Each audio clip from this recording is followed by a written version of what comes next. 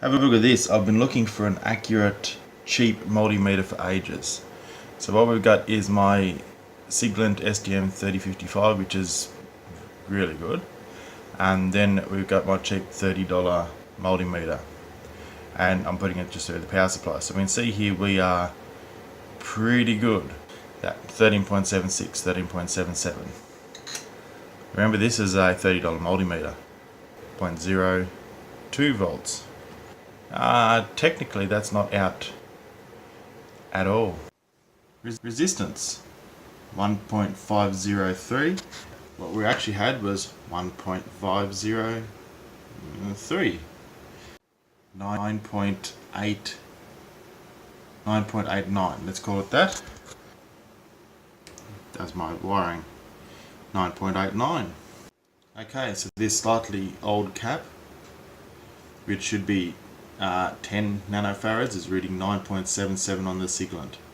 That's within spec of the cap and definitely within spec of the Siglent. So now the Micron 9.47. Check out that, 4700 microfarad, and look at what it's reading, 4.9. Check out that, 4900. Yeah, good enough, to 4900. So again, $30 multimeter, $30 multimeter, 30 Australian dollars. That's what, 20 US dollars for that multimeter. I'm pretty impressed. Okay, frequency. I'm generating 1 kilohertz or thereabouts. You can see on the Siglent, it's saying that. Again, I like my Siglent gear. I think it's good value for money, and that's what we're reading here. Let's jump it up to 5. 4.999. 10. Pretty happy with that. Under 10 hertz, that one's not even reading it.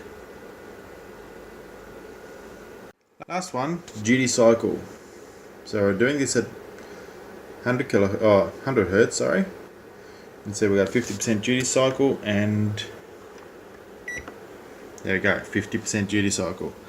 I will now increase this to 51, 52, 53, and if you're looking for where it is on the signal, it's there, 53, 90, 99. There we go, 99. I reckon that's actually really good. 99.9.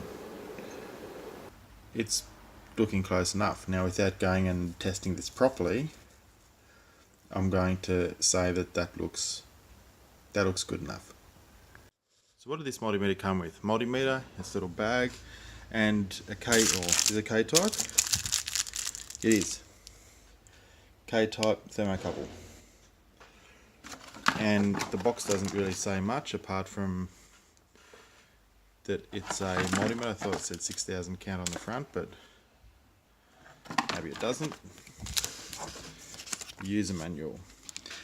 This is the only bit of the manual that matters. There's its specs. 2% plus 5 counts. As I said, we don't actually know what the cap really was, so I can't comment too much on that. And it comes in its own little carry bag. So while I wouldn't exactly call it a pocket multimeter because it is rather fat, I suppose it is still a pocket multimeter. Now, there is one thing I don't like about it. It's got a nice little kickstand, but the battery compartment, silly me, I was doing this desperately, and it turns out that the screw that goes in the battery compartment, which is just 2 AAAs, is not captive. Because I needed multimeter desperately, I was doing this in a workplace, and assuming it was captive, I undid it, and the moment that I undid it, the screw fell and was never ever going to be recovered because of where it fell. So one warning is that the screw in the battery compartment is not captive. A simple shortcut, an assumption that, I should have probably known better on a $30 multimeter that it wasn't going to be captive, but the good part is that at least this clips down nicely and effectively, that clips down nicely and keeps my batteries from falling out. I will see if I can find a screw that suits it. There is no way that is a pocket multimeter. Yes, it fits in its little bag, but it is huge. It is definitely not a pocket multimeter. But still, I'm happy with it. $30. $30.